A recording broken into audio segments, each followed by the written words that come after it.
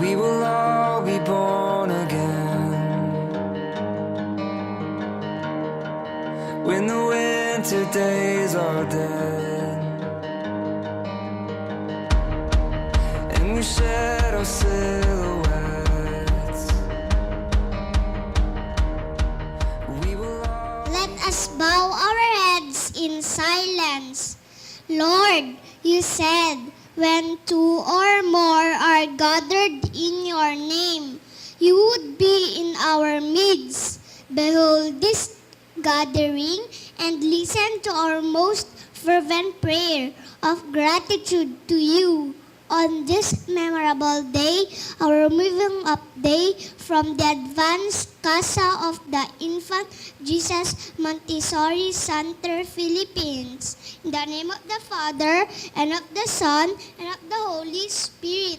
Lord, hear our prayers and bless us for giving us our loving, caring parents who only want the best for us. For our teachers have patiently guided our talents by sharing their Montessori training and expertise. For our classmates and friends who have helped us grow and find joy in sharing. For kind and understanding school directors who believes in our individual capacity. Our most sincere thanks and praise to you, O Lord, who makes every day a blessed day, and thanks for your eternal blessing. In the name of the Father, and of the Son, and of the Holy Spirit. Amen.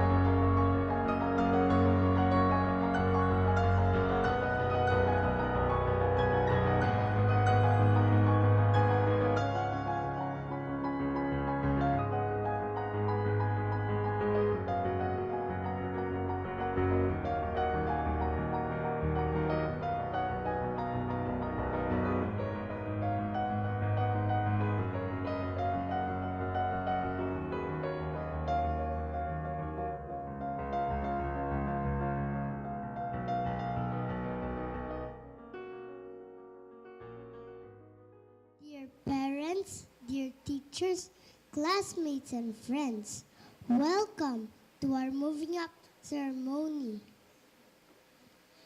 Another school year has ended.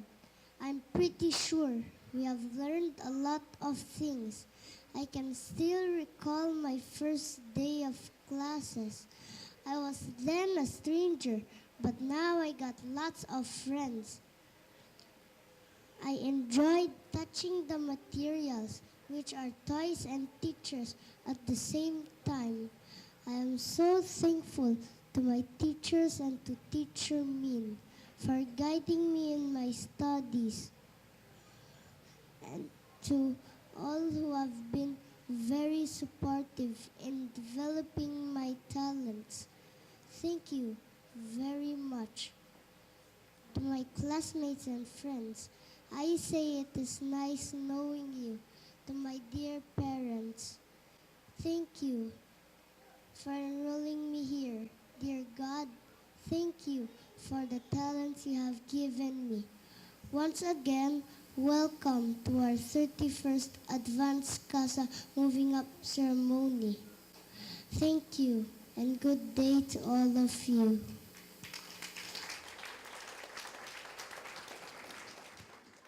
Distinguished guests, visitors, teachers, parents, classmates, and friends, good afternoon.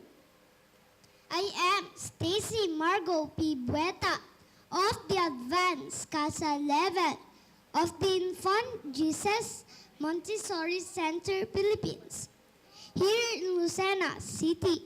Today is our graduation day. Next time school begins, I will be in grade 1.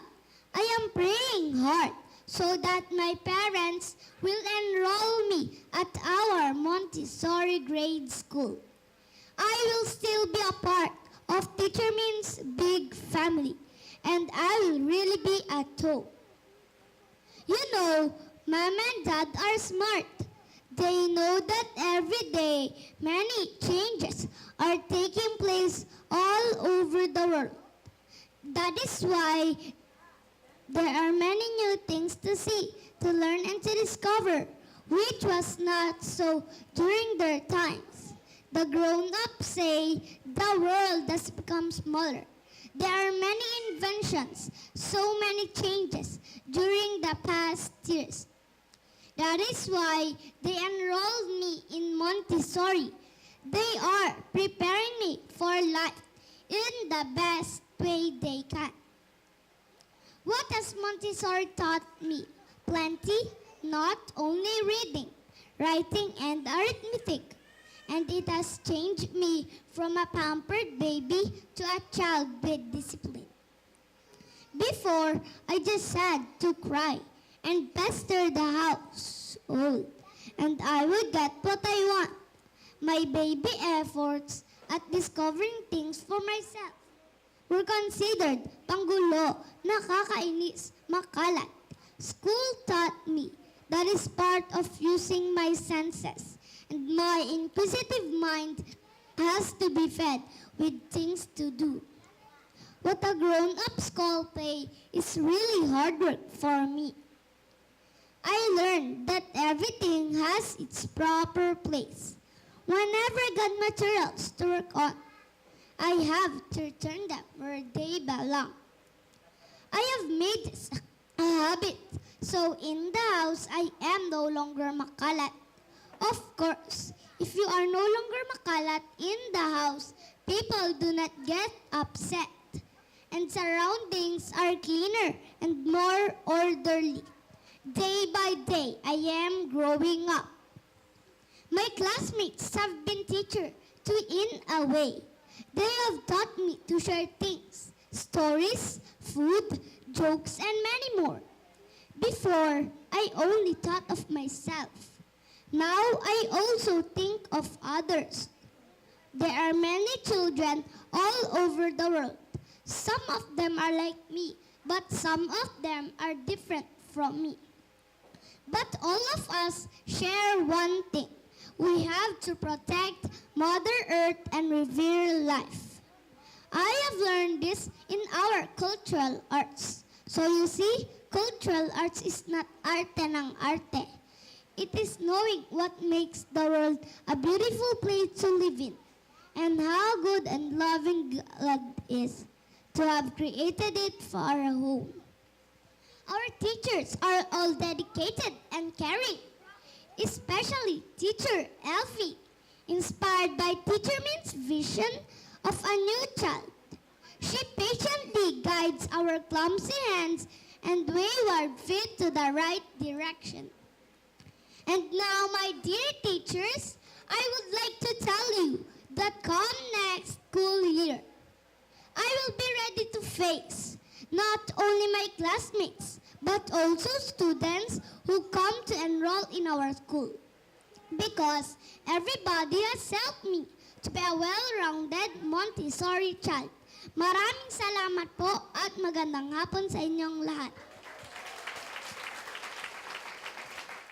Honored guests, beloved parents, teachers, classmates, and friends.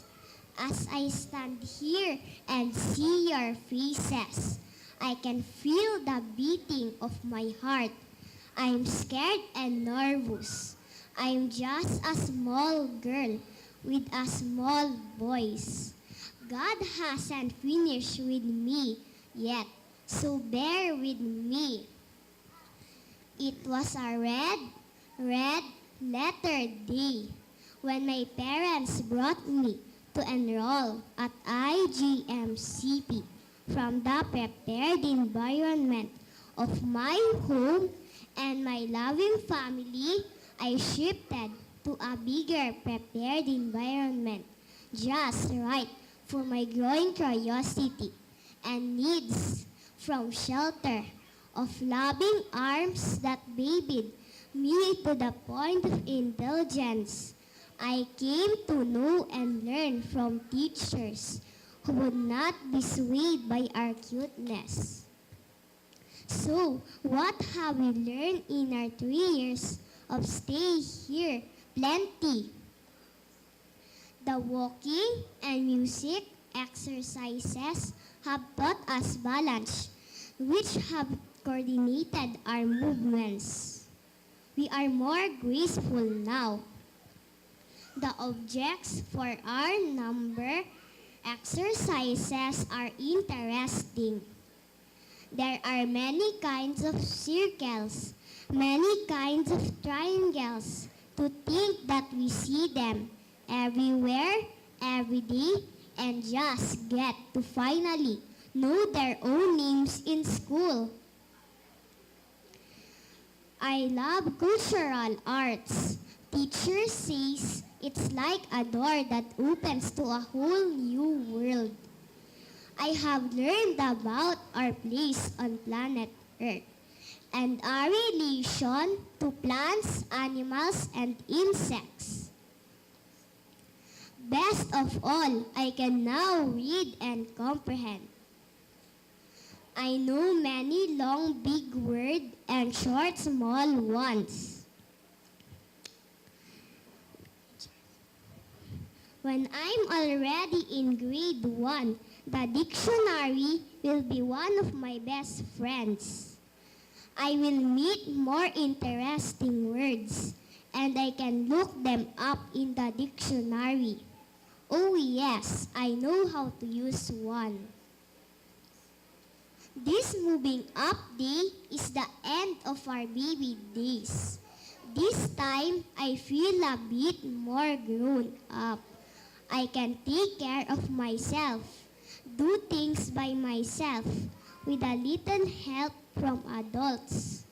In every way and in my everyday activities, I behave, think, and work the Montessori way because I wanted to be like you someday, a grown-up that everybody could be proud of.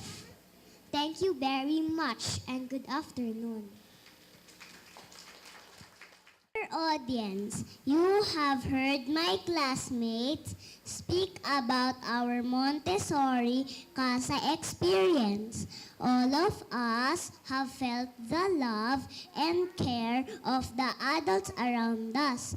When we enrolled here, our parents wanted and gave us the best to bring out our talent. Our administrators were always alert to the enrichment not only of our educational life but also of our spiritual life. We have a prepared environment that is specially for us. All the materials we use every day have their roles in our growth and development. There are no pressure or deadlines for us here. We grow and develop according to our capabilities and capacities. No wonder we love our school. Today's child is very different from yesterday's child. We are taught to be articulate, to be observant, and to think wisely and critically.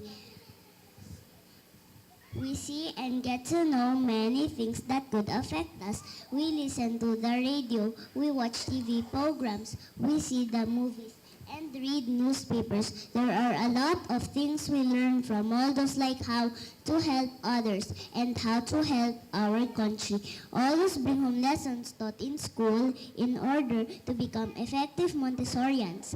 Help us and allow us to continue our growth at our beloved IJMCP to further enhance the Montessori values taught by Teacher Min and Sir Roy's zeal and desire to give their best. At this point, I would like to thank you for listening, and I would like to thank the Lord for all His goodness. We shall always cherish all these moments. Thank you so much, and I love you all.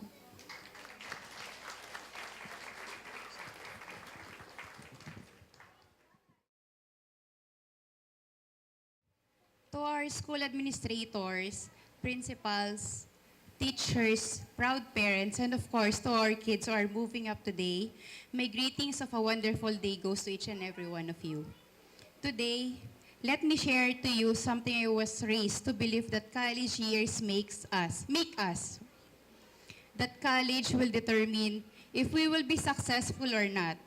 But as a mother of three, wonderful children, I now believe that the most important things in life are the ones we learn in Casa.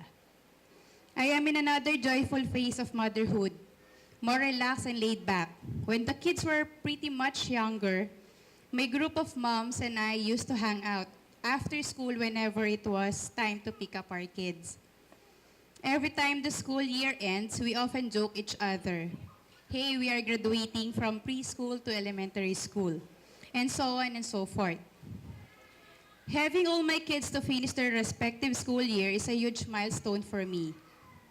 More summer time to travel, more summer time to be myself, more time to be with my kids and friends, more time to pursue passions that I couldn't venture to when I was a hands-on mom in their school days. I feel like giving my own graduation speech with me as the only audience because I deserve a pat at the back. Mother deserves a round of applause for a job well done. In behalf of all the parents, allow me to take this opportunity to thank Teacher Min for instilling to us that Casa was the time when they learned the foundations for school, social interaction, a place where friendships were formed and dissolved, a place where dreams were explored, encouraged, or sometimes crushed. Thank you, Teacher LV, for making their classroom a place where they created shared ideas and to love, trust, and depend on people outside of our family unit.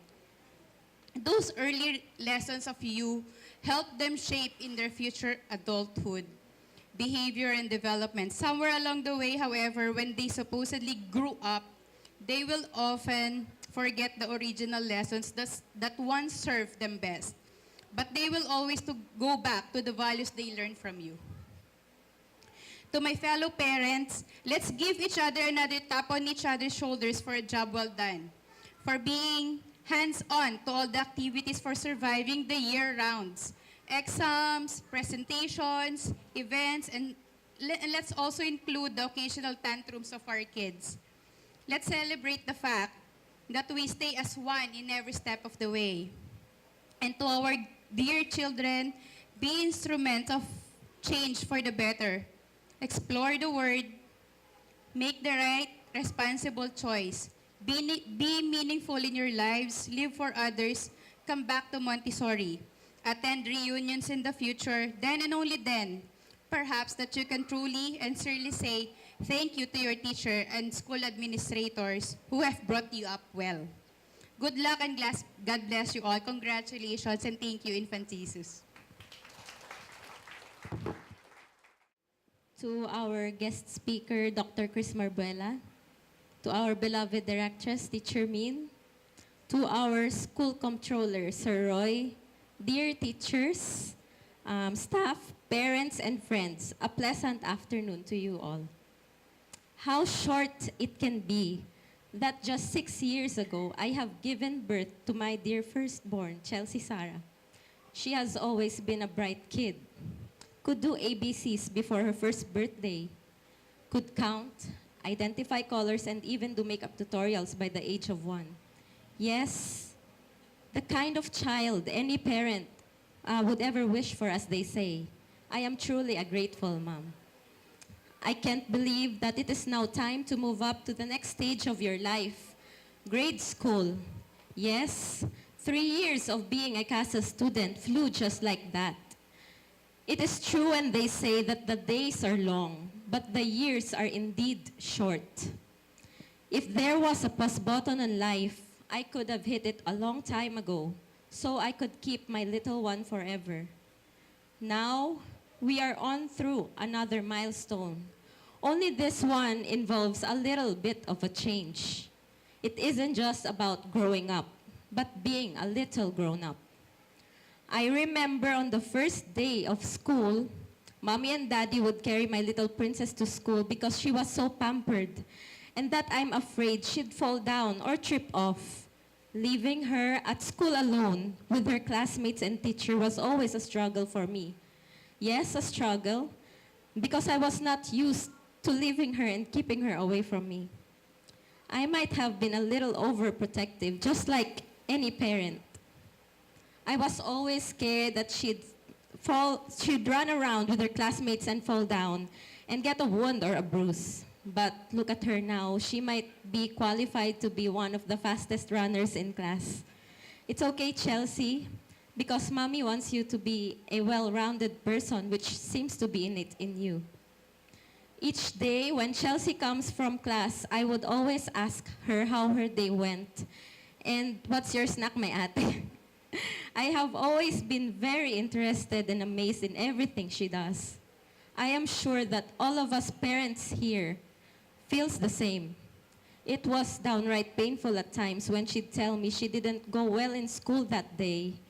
But I have to constantly remind myself that it is okay and that it is normal because that's what the real world is about. I myself was a Montessorian like my daughter and all these graduating kids. I must say that I have made the right choice, just like my parents have been right about their decision in giving us the privilege to study at this institution. When I look at Chelsea and her classmates, I couldn't help but smile and see how bright the future of these kids will be. Montessori has taught me to be a well-rounded individual, not just in academics, but also in speech power fests and dancing. It gives chance and opportunity to everyone equally, that even when you're too shy to dance, to sing, to MC, or even give a speech, you have no choice but you to face your fears and just do it. I was very unlike Chelsea when I was her age. I was very shy and timid.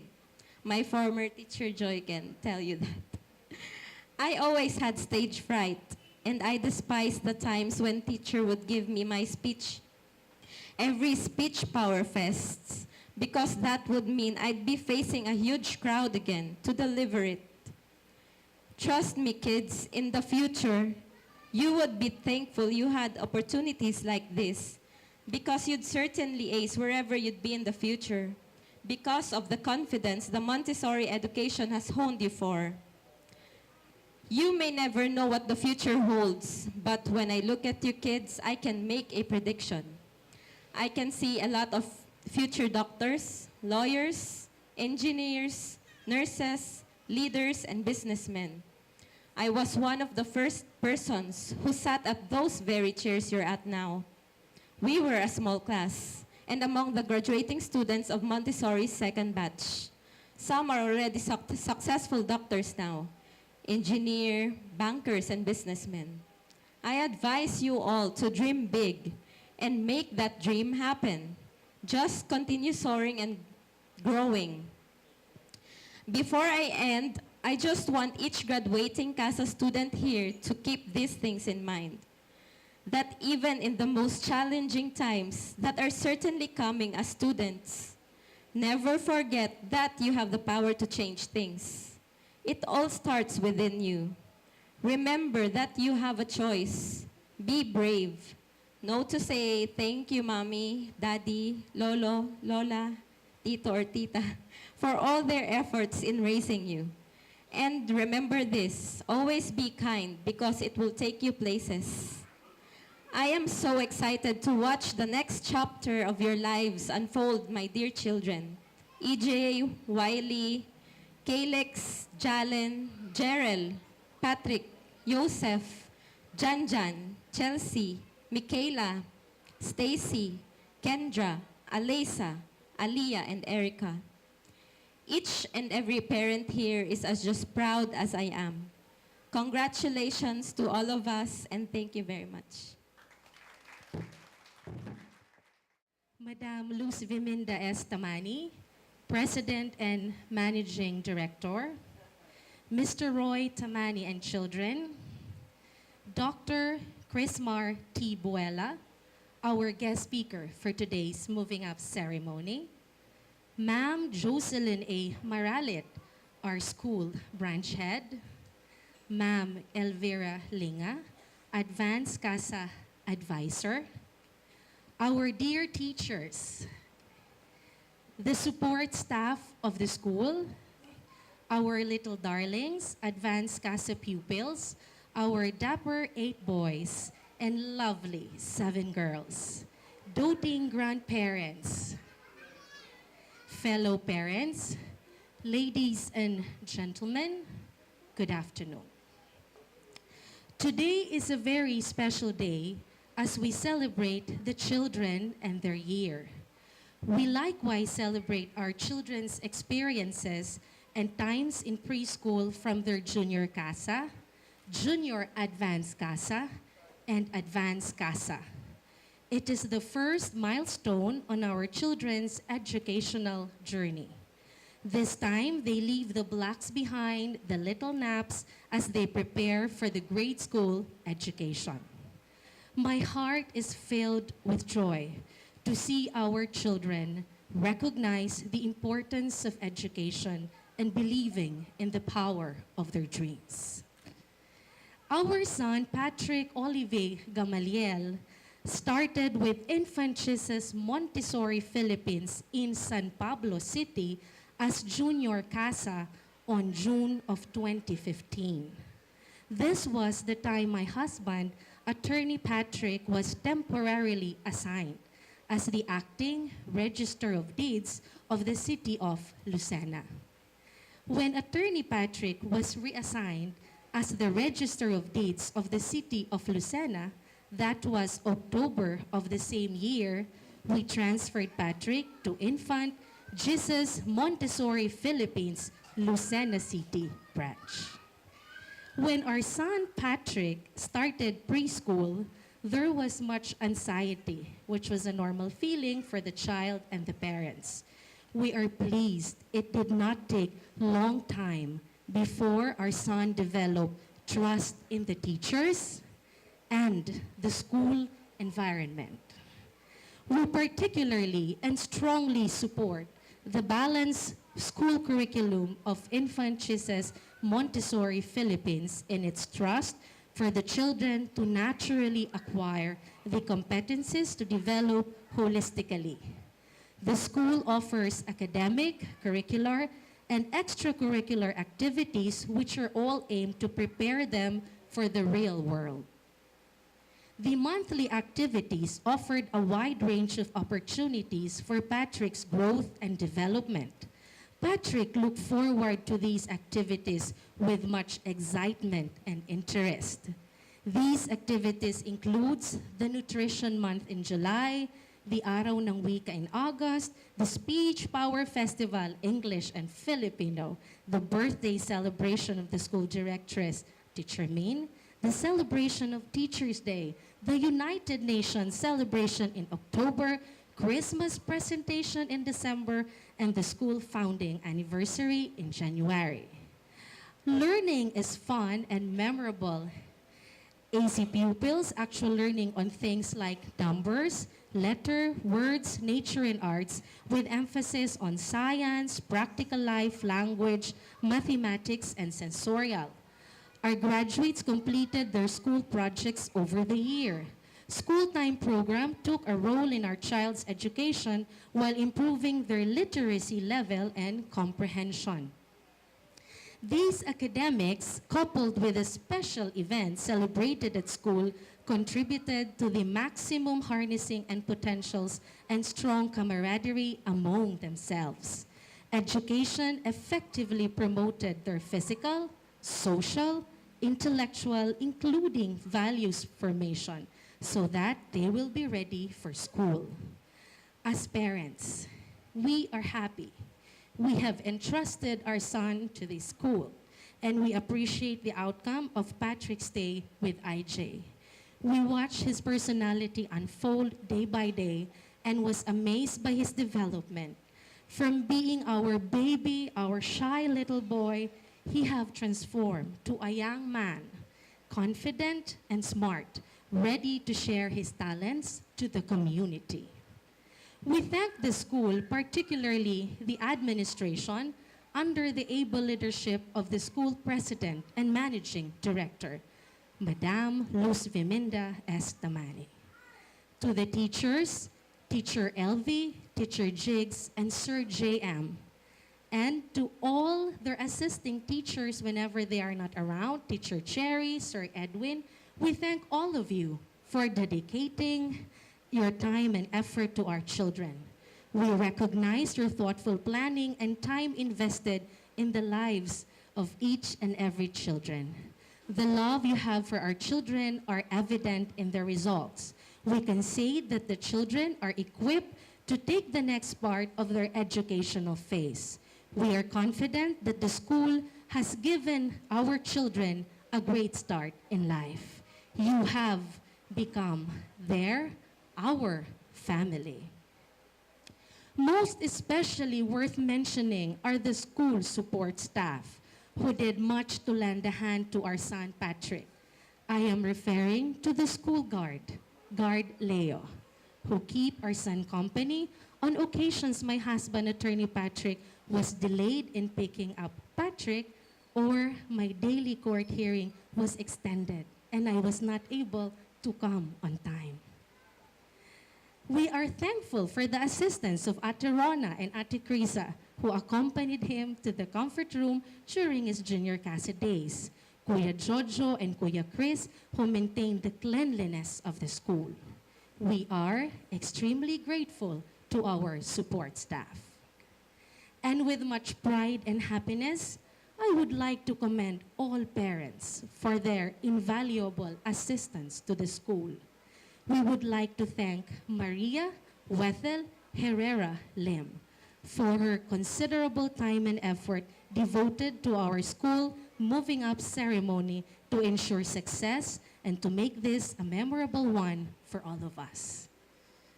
I am very proud of this batch for having excelled in their academics and extracurricular activities in the best way they can. Moving up ceremony is a huge honor for us parents, simply because we have gotten the chance to accomplish and prove something. Not even a college degree, a master's degree, or my Bachelor of Laws prepared me for this life's greatest gift. We are truly blessed, for we are all gathered today celebrating that our children are now ready to move up or to attend a higher level of education. Congratulations to all grandparents who took time to join us today. I am certain you are all beaming with pride. Hats off to our smart, advanced Casa pupils, our 8 boys and 7 girls. to Infant Jesus Montessori Philippines, Lucena City Branch, thank you for taking care of Patrick Olivier Gamaliel. And Infant Jesus, more power to Infant Jesus Montessori Philippines. Thank you and a pleasant afternoon. Thank you, Cassiopeia, for that very beautiful introduction. Dear students, parents, teachers, beloved Mrs. Tamani and family, my fellow Montessorians, a pleasant afternoon to every one of us. It is my honor to have been invited again as a guest speaker this afternoon. I received the invitation a few weeks ago, and I was so thrilled yet humbled.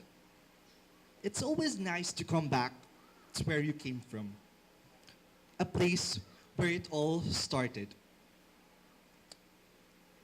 I was invited a few months back to judge the final round of the Speech Power Fest, and Teacher Miles said to me that time, "Naku, Dok, baka marami ka ng patience ng mga panahon na yan."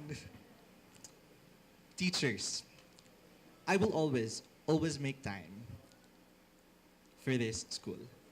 This is my second home because this place, this family means a lot to me. And I can't help but to think back from where it all began. The dream that pushed me to pursue dentistry and the impact of my life here in Montessori that made me not just a man of science, but a man of virtue as well. During my early years of my college, me and my classmates were sharing experiences of what we were in high school. And ang palagi kong sinasabi, I am one of the top 10. Yes, kasi 10 lang po kaming graduate ng panahon na yun. Technically, kabilang po ako sa top 10, yes. But yung mga kabatchmates ko nung high school, we were good in our own ways. We excelled on different fields. And I am proud to say that my friends, my brothers and sisters, they're doctors, lawyers, engineers, filmmakers even, business people, and even pilot. No? The training starts as early as 3 to 4 years old. And you would say, these kids will just memorize their pieces word for word and just recite it on stage. But I have witnessed, my dear parents, these kids, as early as junior Casa, they know how to interpret a piece. And witnessing that in my own eyes made me appreciate the virtue of it. The power of speaking is important. It's important in my practice, actually in every career. How you convey messages, how you relay them to different people, how you let people understand what you are saying. That's the impact of Speech Power Fest to me. The training of IJMCP's Speech Power Fest made me confident to myself, but how we understand the pieces, how we interpret them, that boosts us way beyond average students. This now, I would have been different if I didn't graduated from this school. I wouldn't have met my soulmates, which are my classmates. I wouldn't have good virtues, which I would have learned from my second parents, my teachers. I wouldn't be me. This institution is the ideal training ground for children, for life. To all students, congratulations to all your achievements. Keep up the good work aim high, and dream. To the parents, congratulations as well for raising wonderful children. You'd be surprised on how time flies, kung gaano kabilis ang panahon. Right now, your kids are moving up from one level to another, and tomorrow, baka college na sila.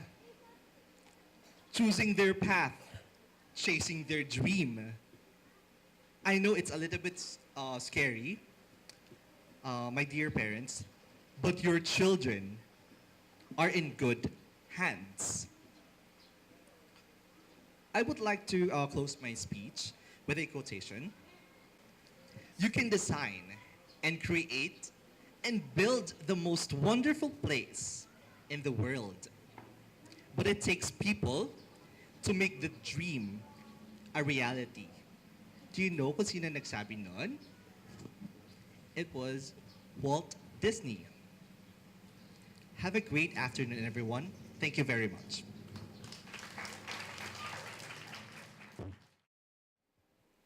Mrs. Luz Biminda Estamani, the President and Managing Director of Holy Infant Jesus Montessori Center, Philippines, I have the honor to present to you the 15 graduating pupils, 8 boys and 7 girls, who have successfully completed the Casa Cosmic Curriculum for the school year 2017-2018. These 15 students have satisfactorily completed the Montessori Casa curriculum as prescribed by the Department of Education. So by virtue of the power vested in me as President and Managing Director of our school, the Infant Jesus Montessori Center, Philippines, I hereby declare you graduates for the school year 2017-2018. One more, let's give them a big round of applause. Lakas eh. Magandang hapon sa inyo. Ngiti ang mga bata. Natutuwa naman akong tingnan. Pink na pink. So for this afternoon, my dear parents, our Montessori school here in Lucena has been existing for the last 31 years, but this is also the 31st Advanced Casa Moving Up Ceremony and Recognition. I am really very proud. Hindi ko alam, makakarating na kami ng ganong katagal. But I want you to know that Teacher Min is very much blessed, of course together with my family, that our Montessori school is the first Montessori school in the South that was given permit by Dr. Sullivan to operate outside Manila. No? And with that, I was able to share this here in the Philippines, outside Manila, because Dr. Sullivan is the pioneer of Montessori. Ito po lahat na natututunan nila sa Montessori, ito po ay aming ibinibigay sa mga bata, no? Because we wanted all the parents to really be a partner of our school. Both of us are working together because we wanted our children to be given a foundation for life. This is a foundation for life. They have passed the formative years.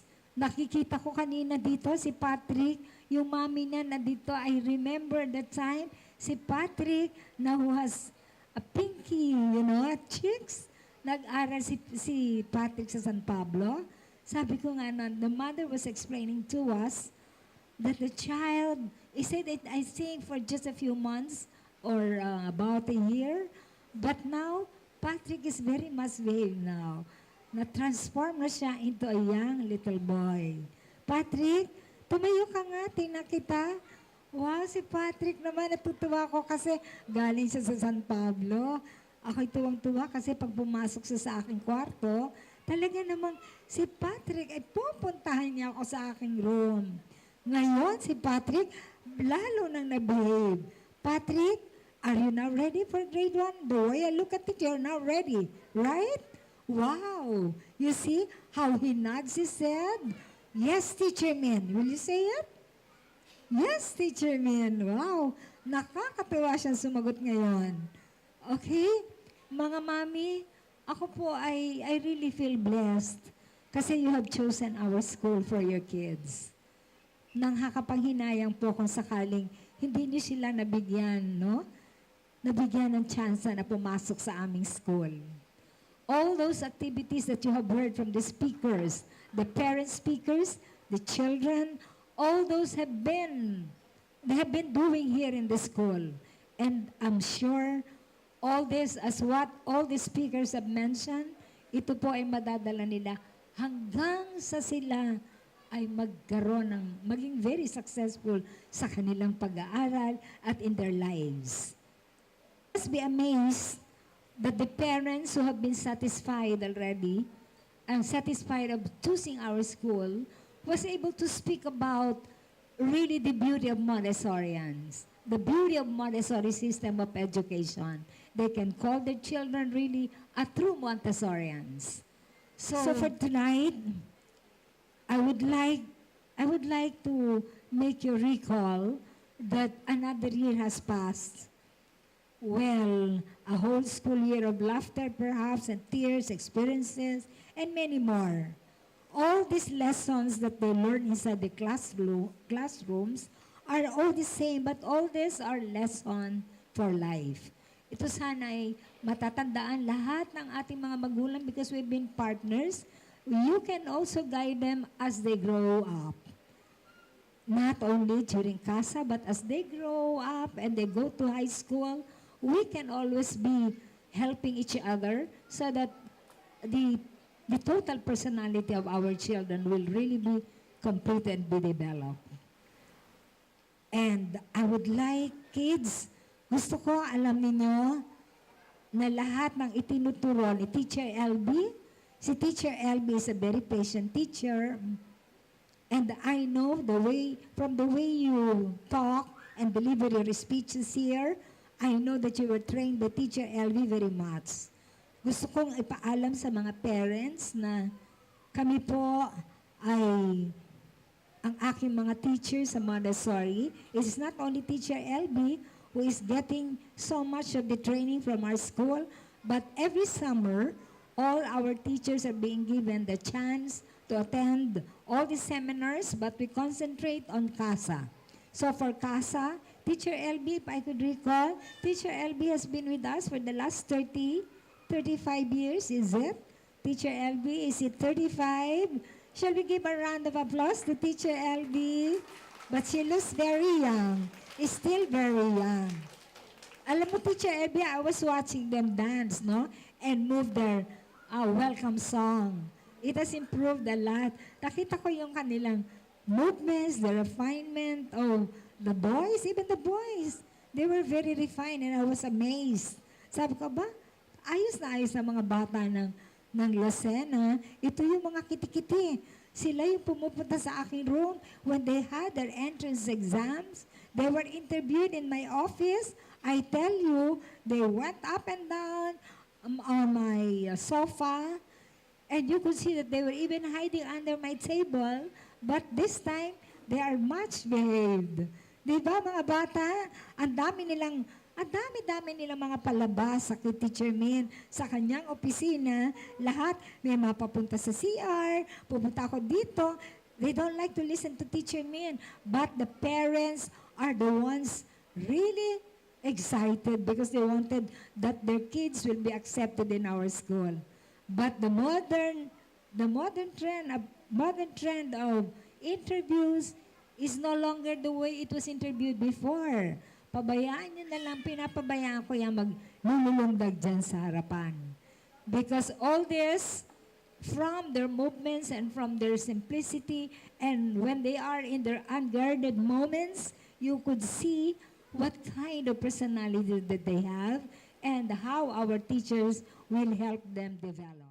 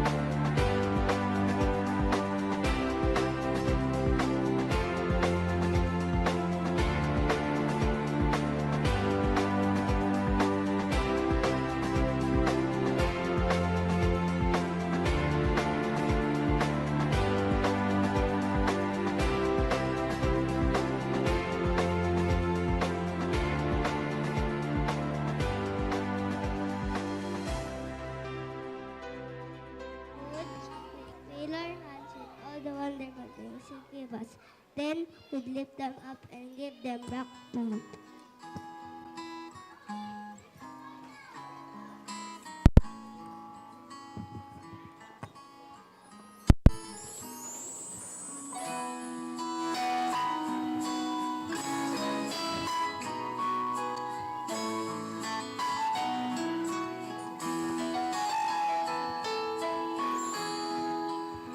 Everything I am, everything